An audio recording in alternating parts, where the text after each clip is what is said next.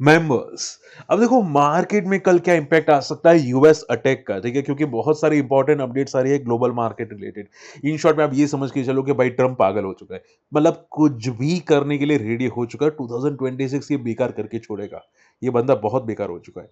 सो कुछ कंपनीज के रिजल्ट है, तेजस नेटवर्क के बेकार है, हम लोग वन बाय वन डिस्कस करेंगे एंड आप लोगों की क्वेरीज, ठीक है। तो काफी लोगों ने यहाँ पे क्वेरीज पूछी है, जैसे कि आप देख सकते हैं one by one query short out करेंगे। एंड देखो अगर आप बोले तो यहाँ पे आज एक बार लाइव आ जाते हैं अगर इंटरेस्टेड हो तो, ठीक है। चलिए स्टार्ट करते हैं। देखो पहले मैं सिल्वर गोल्ड से पहले यहाँ पे मार्केट पे आपको थोड़ा फोकस करवाना चाहता हूँ, क्योंकि सैटरडे संडे बहुत सारे डेवलपमेंट्स हुए, ठीक है। अब अगर ध्यान से देखोगे तो यहाँ पे एक न्यूज आ चुकी है कि ट्रंप ने क्लियर कट अपनी जो फोर्सेस है, आर्मी है, ठीक है, उनको बोल दिया है कि ग्रीनलैंड पे मतलब बोलते हैं ना कि चढ़ाई करने का प्लान रेडी रखे, ठीक है। ये क्लियर कट यहाँ पे बोल दिया है। अब पता नहीं ये करेगा कि नहीं करेगा, क्योंकि बोलते हैं ना कि खाने के दांत अलग दिखाने के अलग, ठीक है। अगर करना है तो बोलता नहीं है, बोलता है तो करता नहीं है, ठीक है। तो ये एक बहुत बड़ी अपडेट आई है। इसके अलावा यूएस ने ऑलरेडी स्ट्राइक कर दिया है सीरिया पे, ठीक है। अगर आपको देखना है कि यहाँ पे सीरिया कहाँ आता है तो मैंने यहाँ पे अभी ग्लोबल सर्च करके रखा था, जस्ट अ सेकेंड। सी आप यहाँ पे देख सकते हैं, ठीक है, सीरिया है यहाँ पे, ईरान यहाँ पे, ठीक है। तो आप देखोगे सीरिया पे यहाँ पे अटैक होता हुआ दिखाई दिया। यूएस कहाँ पे है, सी यूएस कहाँ पे है, यूएस कहाँ पे है, चाइना। और अगर हम लोग बात करें, ठीक है, यहाँ पे है, देखो यूएस यहाँ पे है, ठीक है। तो यहाँ से लेके यहाँ पे अटैक किया है यहाँ पे यूएस ने। सो देखते हैं, यहाँ पे थोड़ा सा तकलीफ वाली बात है। अब माना तो ये भी जा रहा है कि ईरान पे भी अटैक करेगा, ठीक है। तो कंटिन्यूअसली न्यूज की, वार की न्यूज आती हुई दिखाई दी है। अब देखो ऐसे मार्केट में डेफिनेटली इंडियन मार्केट जो होगा वो थोड़ा वॉलेटाइल तो होगा ही, ठीक है। बट ग्लोबल मार्केट में भी इतनी वॉलेटिलिटी की। रही बात गोल्ड एंड सिल्वर की, तो आप देखोगे गोल्ड सिल्वर को ऊपर रखने के लिए भी काफी ऐसा लग रहा है कि फोर्सफुली ट्राई किया जा रहा है, ठीक है। तो अभी के लिए आप ये समझ के चलो कि सिल्वर अभी भी ट्रेंड को यहाँ पे पॉजिटिव रखने की कोशिश कर रहा है। सिल्वर का ट्रेंड तब ब्रेक होगा जब ये जो ट्रेंड लाइन है ना वो ब्रेक होगी। वो ट्रेंड लाइन है अराउंड 75 की, अगर 75 का यूएस डॉलर्स पे ब्रेक होता है तो यहाँ पे सपोर्ट लेने आएगा 70 का। अगर 70 तोड़ता है तो फिर आप ये समझ के चलो कि 64 आसपास आने की पॉसिबिलिटी दिखाई देती है, अगर होता है तो, ठीक है। और रही बात गोल्ड की, गोल्ड भी डिस्कस कर लेते हैं। देखो गोल्ड भी आप देखोगे पॉसिबल पॉजिटिव ट्रेंड में ही दिखाई दे रहा है। सी ये ट्रेंड देखो, एकदम स्मूथ ट्रेंड अभी भी गोल्ड का दिखाई दे रहा है। कोई कोई कोई मेजर करेक्शन नहीं है। ऐसा ऐसा नहीं है कि भाई यहां से आप बोलेगा कि मैं कट लेता हूं, ठीक है, मैं निकल जाता हूं, कट लेता हूं, ऐसा कुछ भी नहीं बोला। सो ट्रेंड बहुत स्मूथ है गोल्ड का, सिल्वर का।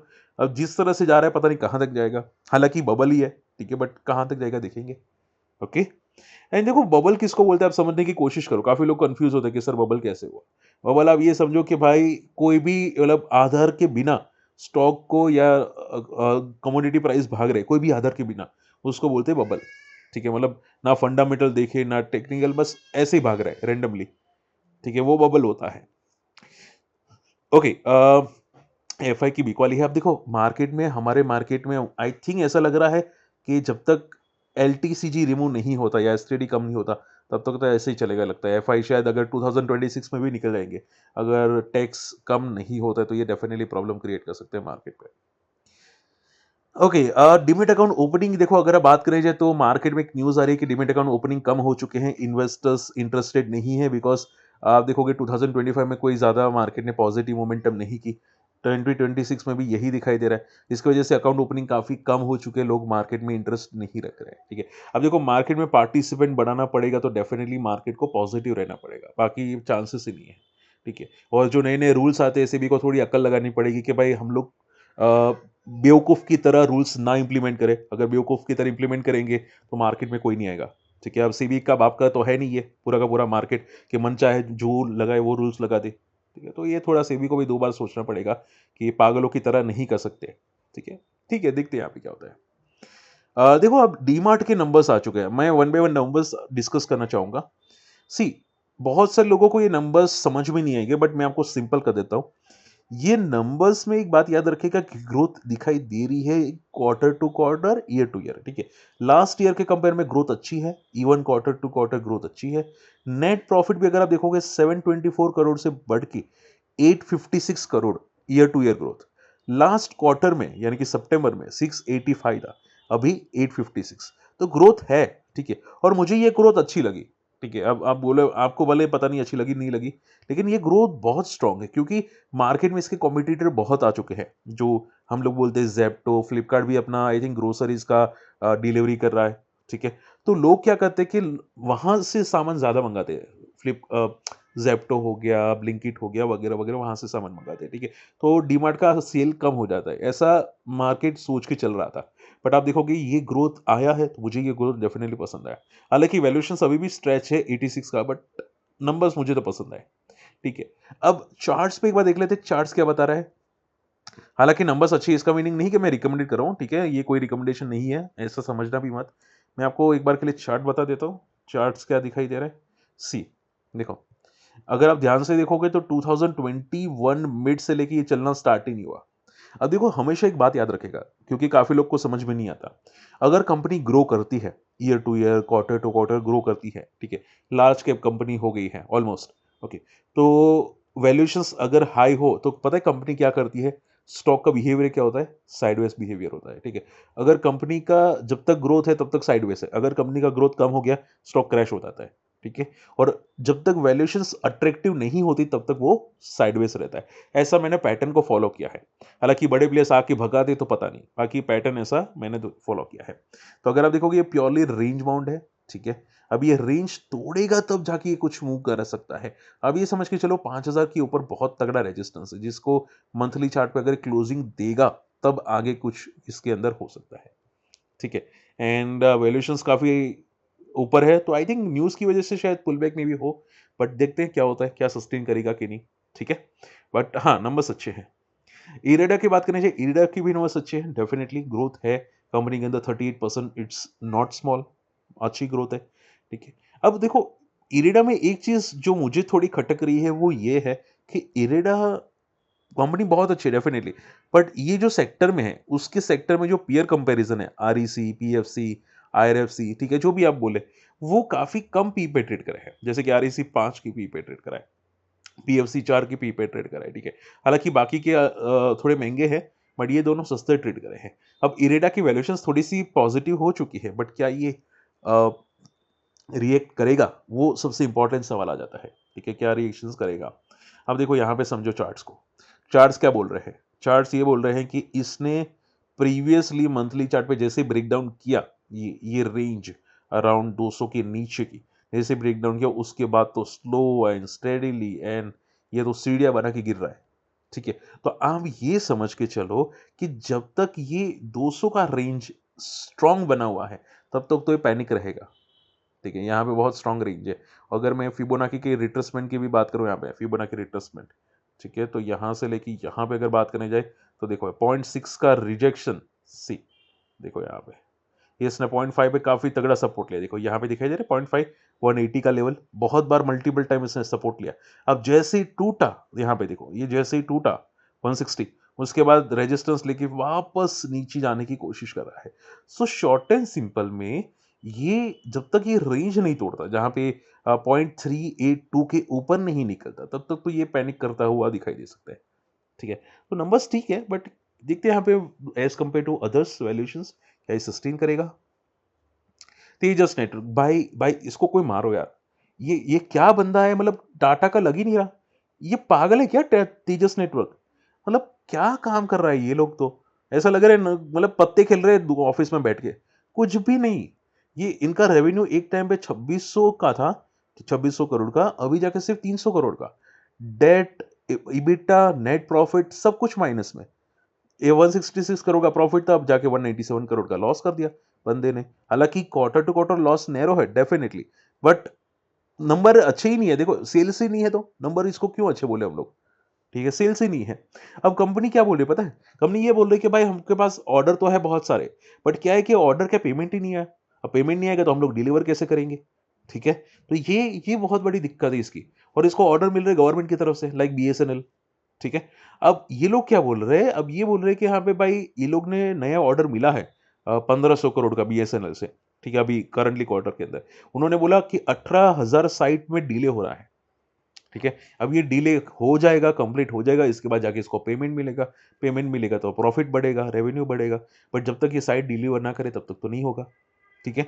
अब कंपनी ने क्या बोला है कि वो लोग यहाँ पे काय ट्राई कर रहे हैं कि अपकमिंग मंथ्स के अंदर ये साइट कंप्लीट हो जाए, ठीक है? तो अगर आप देखोगे कि भाई ये लोग अभी 2300 करोड़ के ऑर्डर पे काम कर रहे हैं दिसंबर 2025 के अंदर, आने वाले महीने के अंदर कम हो जाएगा, कंप्लीट हो जाएगा ऑर्डर।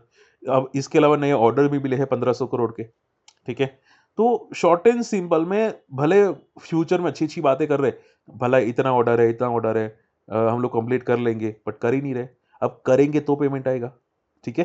तो अब फ्यूचर कमेंट्री तो पॉजिटिव बोल रहे हैं, बट प्रॉब्लम अभी के रिजल्ट की है, ठीक है? तो देखते हैं यहाँ पे क्या रिएक्शन क्या आता है। बाकी ये रिजल्ट तो अच्छे नहीं है, कमेंट्री थोड़ी बहुत अच्छी है, बट कन्वर्जन इंपॉर्टेंट होना चाहिए। रही बात चार्ट्स की, हालाँकि थोड़ा डिले चार्ट है, बट आप समझदार हैं आप लोग। तो यहाँ पे एक बहुत बड़ा बेस है अराउंड 400 के आसपास, ठीक है? ऊपर एक रेजिस्टेंस क्रिएट हुआ था, अगर मैं ध्यान से देखूँ तो यहाँ पे सी ये वाला लेवल है यहाँ पे, ठीक है? इसने बहुत अच्छा पैटर्न बनाया था, ठीक है? उसके बाद तो सीधा मतलब क्या उँगली जैसा निशान बना रहा है ये, ऐसा लग रहा है उँगली बना के निकल गया अपने को। सो शॉर्ट एंड सिंपल में पैटर्न बहुत खराब है अभी के लिए, एंड 400 का बेस है। अब मल्टी ईयर सपोर्ट है तो चांसेस तो है कि इसको मल्टी ईयर सपोर्ट लेना चाहिए, ठीक है? और 0.6 देखो, अब इसके लेवल के ऊपर अगर ये आना स्टार्ट करे लाइक 600 के ऊपर, ठीक है? तो थोड़ा बहुत पॉजिटिव हो। बाकी टेक्निकल चार्ट के ब्रेकआउट का साइंस जो दिखाई देता है, ठीक है? वो 930 के ऊपर है। तो देखते हैं यहाँ पे क्या होता है, but numbers little bit weak and commentary average, ठीक है? And last not the least NSC का आईपीओ आने वाला है, ठीक है? अभी देखते हैं, यहाँ पे बोल रहे हैं कि भाई नेक्स्ट मंथ तक आ जाएगा। अगर आ जाएगा तो अच्छा, देखते हैं लिस्टिंग इन कितने मिलेंगे, चांसेस तो है कि अच्छी मिल जाए। अगर अच्छी वैल्यूएशंस पे आता है तो बहुत जल्द एनएससी का आईपीओ आने वाला है। ओके, फटाफट आप लोगों की क्वेरीज लेना स्टार्ट करते हैं। सबसे पहली क्वेरी, सर कौन सा म्यूचुअल फंड चूज करें? अब देखो, म्यूचुअल फंड डिस्ट्रीब्यूटर हूं मैं, तो आपको थोड़ा बहुत सजेस्ट कर सकता हूं, बट देखो आपकी आपका प्रायोरिटी क्या है, आपका टाइम फ्रेम क्या है, प्रायोरिटी क्या है, उस पर डिपेंड करते हैं म्यूचुअल फंड्स, ठीक है? अब देखो, मेरी प्रायोरिटी ये थी कि मुझे चाहिए कम से कम 10 साल के लिए, ठीक है? 5 साल के ऊपर 10 साल के लिए चाहिए, और मेरा व्यू ये था कि भाई मुझे स्मॉल कैप भी चलेंगे। तो मैंने क्या किया, मैंने फंड स्प्लिट कर दिया। मैंने कुछ फंड स्मॉल कैप में डाले, कुछ ईएलएसएस फंड में डाले, एंड कुछ फ्लेक्सी कैप में डाले, ठीक है? ये मेरा मेरा गोल था यहाँ पे। तो आप पे डिपेंड करता है, बाकी मुझे जो पसंद आते हैं म्यूचुअल फंड्स, स्पेशली अगर कोई किसी का व्यू टाइम फ्रेम 10 साल के लिए हो, शांति से बैठा रहे, तो एक आई थिंक बंधन स्मॉल कैप अच्छा है, ठीक है? बाकी निपॉन मिड कैप फंड भी अच्छा है, अगर टाइम फ्रेम आपका ज़्यादा होना चाहिए और वॉलेटिलिटी आप झेल सके तो, ओके? बाकी बॉन्ड्स भी अच्छे होते हैं, बॉन्ड्स में अगर रडार पे रखो तो भी, ठीक है? चलिए, भारत कुकिंग ऑयल में सर रेगुलर अप्लाई करना चाहिए एसएमई में? देखो, ये मैं आप पे छोड़ता हूँ आपको कौन सा अप्लाई करना है, बट आप ये समझ के चलो, आप बोल रहे हैं कि भाई सर अलॉटमेंट की चांसेस किस में बेटर है? सी, अलॉटमेंट के चांसेस किसी में बेटर नहीं है, क्योंकि ऑलरेडी फर्स्ट डे को 8 गुना सब्सक्राइब हो चुका है, मैंने शॉर्ट वीडियो बनाया था, ठीक है? तो जिस तरह से सब्सक्रिप्शन डेटा बन रहे हैं ना, मुझे लगता है कि बहुत ओवर सब्सक्राइब होगा और अलॉटमेंट मिलने के चांसेस कम ही है, ठीक है? सो आप रिटेल में अप्लाई करो या एचएनआई में, कोई फर्क नहीं, आई डोंट थिंक फर्क पड़ने वाला है, ठीक है? तो ओवर सब्सक्रिप्शन ही होगा पूरा का पूरा। रिटेल में पोर्शन ज़्यादा है, तो अगर आपको ट्राई करना है रिटेल में ही ट्राई कर सकते हैं अगर करना है तो, क्योंकि वहाँ पे पोर्शन ज़्यादा है, शायद थोड़े चांसेस ज़्यादा बेटर हो सकते हैं, ओके?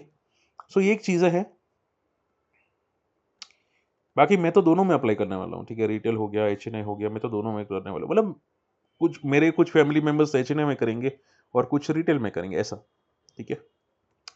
ओके, एक्साइड एक्साइड किसी ने पूछा था मुझे कि सर एक्साइड में गवर्नमेंट के ऑर्डर्स मिल रहे हैं, क्या करना चाहिए? देखो, एक्साइड को तगड़े ऑर्डर्स मिल रहे हैं, ठीक है?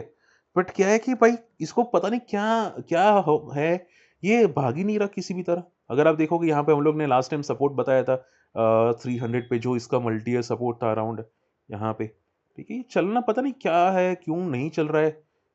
तो आप ये समझ के चलो कि भाई आई थिंक फ्यूचर में कुछ न्यूज़ व्यूज़ आए तो शायद चले, या फिर अभी मार्केट का जिस तरह से हालत चल रही है, क्योंकि पूरा मार्केट में एफआई निकल रहे हैं, ठीक है? अब एफआई नहीं होंगे तो ऊपर लेके कौन जाएगा स्टॉक को, ठीक है? डीआई तो यहाँ पे ज़्यादा फोर्स नहीं कर पाते, ठीक है? तो I think FI I think होने चाहिए, अगर होते हैं तो शायद मार्केट को अच्छे स्टॉक को वो पिक करते हैं, ठीक है? तो मुझे ये लगता है कि भाई अगर एफआई नहीं आएंगे तो स्टॉक भागेगा कैसे? तो अभी आप ये मान के चलो कि जब तक ये 450 के नीचे होगा, ठीक है, अब पता नहीं अभी कहाँ पे है, लेकिन 450 के नीचे होगा तब तक तो ये नेगेटिव है, मतलब साइडवेज है, ठीक है। 450 के ऊपर थोड़ा पॉजिटिव ट्रेंड पिक कर सकता है। And last not the least, Dixon, मुझे किसी ने कमेंट किया था डिक्सॉन के बारे में। एनबीसीसी चला सर, आप ये समझो एनबीसीसी पता नहीं क्या क्या कर रहा है, मरा पड़ा है पूरा का पूरा एनबीसीसी। मार्केट में अभी रेजिस्टेंस इतने हैं कि भाई कोई ब्रेकआउट ही नहीं कर रहा है तो स्ट्रॉन्ग कंपनी कर रही है। रही बात डिक्सॉन की, तो देखो एक बात समझो, डिक्सॉन का ये बहुत स्ट्रॉन्ग बेस है around 20 moving average monthly chart पे। बट अगर ये नहीं लेता तो आप ये मान के चलो कि इसका जो मंथली चार्ट पे 50 मूविंग एवरेजेस है, ये वाला ऑरेंज लाइन, येलो लाइन, ये इंपॉर्टेंट सपोर्ट होगा, ठीक है। अभी आप देख लेना कि कहाँ पे है, बट या तो इसको 20 मूविंग एवरेज मंथली चार्ट पे सपोर्ट लेना चाहिए, या 50 मूविंग एवरेज मंथली चार्ट पे। बाकी तो डेली चार्ट में तो कोई भरोसा ही नहीं है, क्योंकि अगर अगर ये लेवल, कोई भी लेवल तोड़ना स्टार्ट कर देता है तो फिर सीधा मंथली कोई देखना पड़ेगा आप लोगों को, ठीक है। तो फिर मंथली में जिसका जो सपोर्ट आई थिंक आ रहा है वो नीचे शायद 9000 के आसपास आ रहा है, ठीक है। चलो, आई होप आज का वीडियो पसंद है, वीडियो शेयर कीजिएगा, और अगर आप पूछे तो आज लाइव आ जाते, आपकी क्वेरीज लेने के लिए मुझे कॉमेंट जरूर कीजिएगा। मिलते अगले वीडियो में, बाय।